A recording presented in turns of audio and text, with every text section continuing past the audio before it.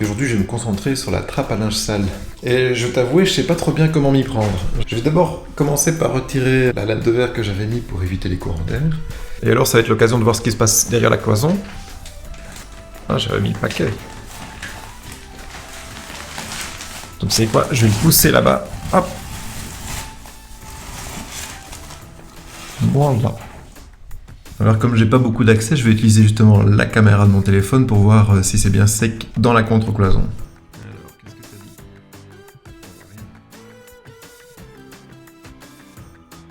Bon bah c'est super sec. C'est plus sec dans la contre-cloison qu'à l'extérieur, je peux te le dire. Mais je ne doutais pas de ma capacité à faire quelque chose d'étanche. C'était juste la petite vérification, mais c'est vraiment... J'ai mis un petit coup de lampe de poche. Il n'y a rien, quoi. Il n'y a pas de goutte d'eau. Alors là, c'est la trappe à linge sale, tu vois. J'aimerais bien faire en une seule pièce quelque chose qui soit lisse à l'intérieur pour que les vêtements puissent glisser. Et à l'extérieur, j'aimerais que ce soit pas trop moche, parce que ça va être peut-être apparent dans la future buanderie. J'avais commencé à envisager de mettre des tuyaux. Je crois que j'en ai encore un vieux. Oui, voilà. Tu vois, un tuyau métallique comme ça. Donc ça, c'est un tuyau pour la ventilation, tu vois. C'est un truc que j'ai récupéré qui était dans une déchetterie. Il a un petit coup. Je l'avais utilisé comme gabarit pour faire le trou. Il passe dans le trou de la trappe à linge sale. Et après, j'ai réfléchi. Je me suis dit que je pourrais peut-être faire ça en bois. Et il faudrait que je fasse une espèce de petit toboggan avec... tout cela. Je vais essayer de découper une forme et commencer à essayer de poser quelque chose. Je le fais en carton pour commencer. Et ça tombe bien, j'ai justement le carton du miroir qui est toujours là. Je vais le récupérer et je vais découper dedans une forme plus ou moins en 45 degrés, tu vois.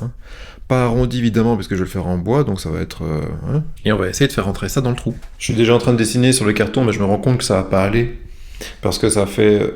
un angle droit, enfin le mur fait 40 cm d'épaisseur, tu vois. Et donc ici, je vais pas faire 40 cm comme ça et puis une chute. Je vais casser les briques qui sont là pour faire une pente directement à l'entrée de la trappe à linge sale, quoi. Après le métal stud ici, une pente directe. Donc le petit exercice que je vais faire aujourd'hui, parce que je peux faire du bruit, c'est sortir le burineur et casser quelques briques. Je vais peut-être, à mon avis, creuser 30 cm vers le bas pour faire une belle pente. Et pour pouvoir faire ça, il va falloir que je dégage un petit peu tout le bazar qu'il y a là, quoi. Bon, ça va, il n'y a pas grand-chose. La porte de l'ancienne salle de bain. Tu vois? Je me souvenais même pas que c'était si petit. J'ai l'impression d'être un géant quand je vois cette porte. Là, bon, maintenant c'est un peu dégagé. Je vais pouvoir m'attaquer à ce petit trou.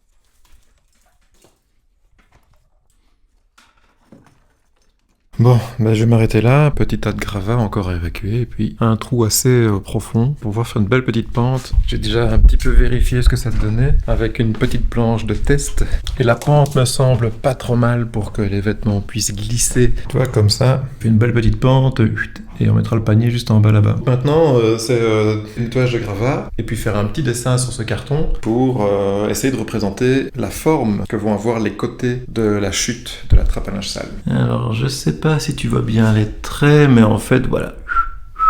Ça a l'air d'être à 45 degrés, en tout cas c'est un beau coude. Je vais le découper, ça sera quand même plus facile pour se représenter le truc, et puis surtout c'est ça l'idée, c'est de le présenter et de voir si ça rentre bien dans le trou. Donc voilà le gabarit, et maintenant le délire, ça va essayer de couper ce truc dans une seule pièce de bois. Ah, tu vois, on n'est pas trop mal, hein. Et puis ce petit gabarit, ça te permet de te figurer plus ou moins, tu vois, jusqu'à quelle hauteur je devrais descendre. Je trouve que là, c'est une bonne hauteur. Alors j'ai deux options, soit je fais tout dans une pièce comme ça, ou alors je m'arrête là, je coupe ici, bien perpendiculaire, et après je viendrai greffer quelque chose en dessous. Tout va dépendre de mes chutes et de ce que je peux couper dedans. Ah ben regarde, ça tient. Allez, il manque juste un petit bout là. À la limite, je vais le faire juste un petit peu plus court ici. Ça rentre. parfaitement. Parfait, nickel. Maintenant, le plus difficile, ça va être de reporter correctement des traits, parce que tu vois, j'ai quand même découpé comme un sagouin. Donc, il va falloir reporter ça correctement et proprement. Puis, quelques petits coups de scie, on est bon. Quelques petits coups de scie, plein de petites vis dans tous les sens. Et puis après, ah ben là, voilà la scie. Elle était là. Et après, il faudra surtout mettre en peinture, et ça va encore me prendre une plombe. Il n'y a plus qu'à découper. Je vais découper les 2 planches en un coup, hein, comme ça. Elle est où la deuxième planche? Ah, elle est là. Je vais mettre les 2 planches l'une sur l'autre, et je vais faire toutes les découpes d'un coup. Comme ça, ainsi, les 2 parois seront exactement les mêmes. Et si jamais je me suis trompé, eh bien, je pourrai tout recommencer. Donc t'imagines bien, j'ai mesuré 3 fois, 4 fois. Maintenant, il n'y a plus qu'à sortir la scie. Toujours par terre, là, ouais.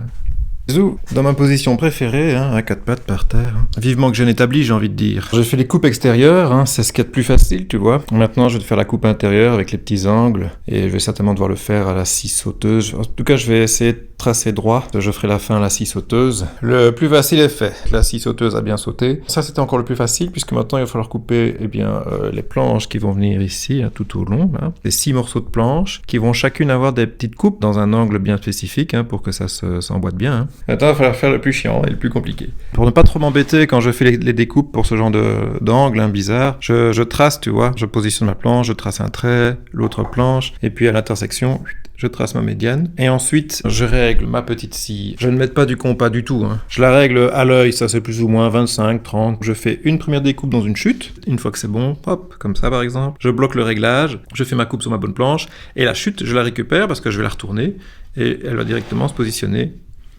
Voilà. Maintenant, je vais mettre tout ça en peinture, ou tout du moins, je vais mettre l'intérieur de la chute en peinture, parce que j'aurai du mal à le peindre une fois que ce sera assemblé. Et pour pouvoir mettre en peinture, je vais te faire un petit peu de nettoyage ici. Hein. Je vais installer les tréteaux, je vais mettre un petit établi de peinture, et je vais peindre toute cette pièce-là.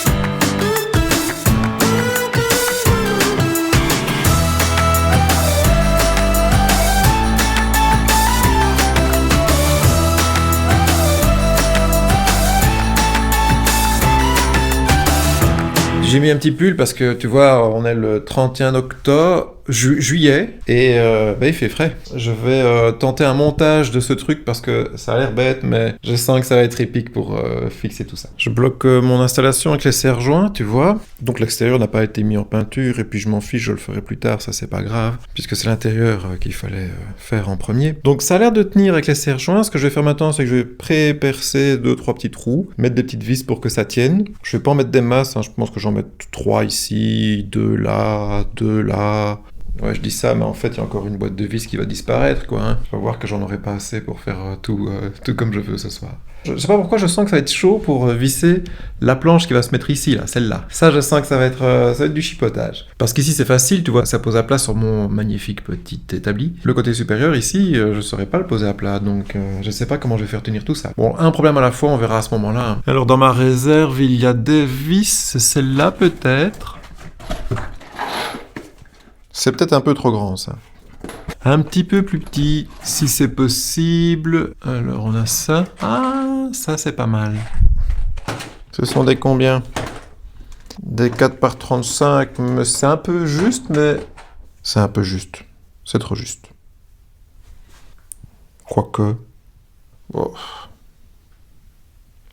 Bon, allez. Je les aurais préférées un petit peu plus grandes, mais je vais prendre celle-là, parce que j'ai rien d'autre. Les autres, ce sont des gros bazars qui vont éclater le bois, donc on va prendre ça. J'ai installé ma petite mèche pour faire le petit fraisage, comme il faut, tout ça. Ce genre de petite mèche, ça vit pas très longtemps, en fait. Je suis en train de te faire de ces montages avec les serre-joints pour que tout tienne. Jusqu'à présent, ça tient le coup. Par contre, je suis désolé pour la lumière, mais tu vois, je fais une nocturne aujourd'hui, voilà.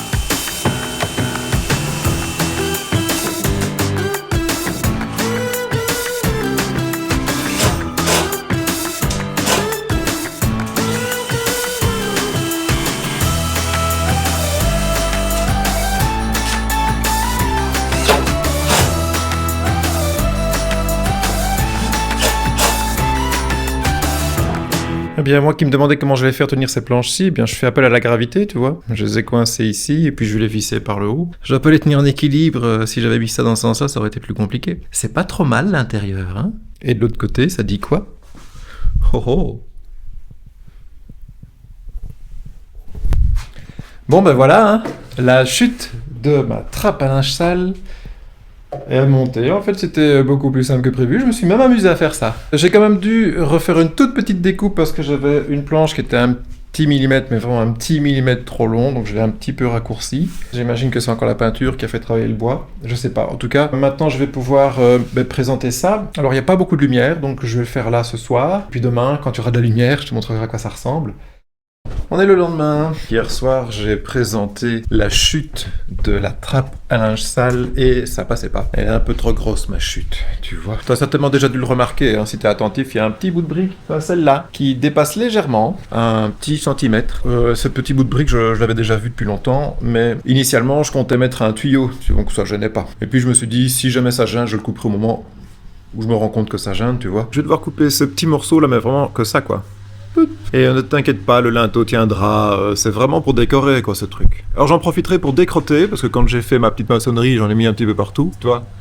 Ça dépasse un petit peu pour le plafonnage, ça va pas être pratique. Et puis après, comme ça ainsi, j'en aurai fini avec les gravats et je pourrai dégager tout ce tas-là. Alors ici, j'ai rajouté une petite plaque, parce que le mur sur lequel va être posée cette chute, je compte peut-être le carreler plus tard, et donc ça me permettra de glisser le carrelage derrière. J'ai fouillé dans mes chutes et j'ai trouvé ce vieux morceau de HDF. Il est noir, je sais, mais il va être pas en blanc, hein, t'inquiète pas. Ça sera la petite porte de la trappe à linge sale. Et pendant que je fais tout ça, en même temps, je fais, comme tu peux l'entendre, des lessives. Et donc dans 5 minutes, l'essorage sera fini et je pourrai étendre le linge dehors. Il pleut pas aujourd'hui, profitons-en. Le temps n'est pas terriblounet, hein. On est le 1er août aujourd'hui. Petit coup de disqueuse, on va essayer de faire un petit trait sans mettre de la poussière partout. Tu vois, j'ai mis un petit carton pour ne pas que la poussière aille dans la salle de bain, mais c'est un peu utopique, je pense. Hein. Je me tâte à brancher l'aspi, mais je pense que je n'aurai pas assez de mains pour pouvoir tenir l'aspirateur, la disqueuse, l'escabeau, enfin bon, bref.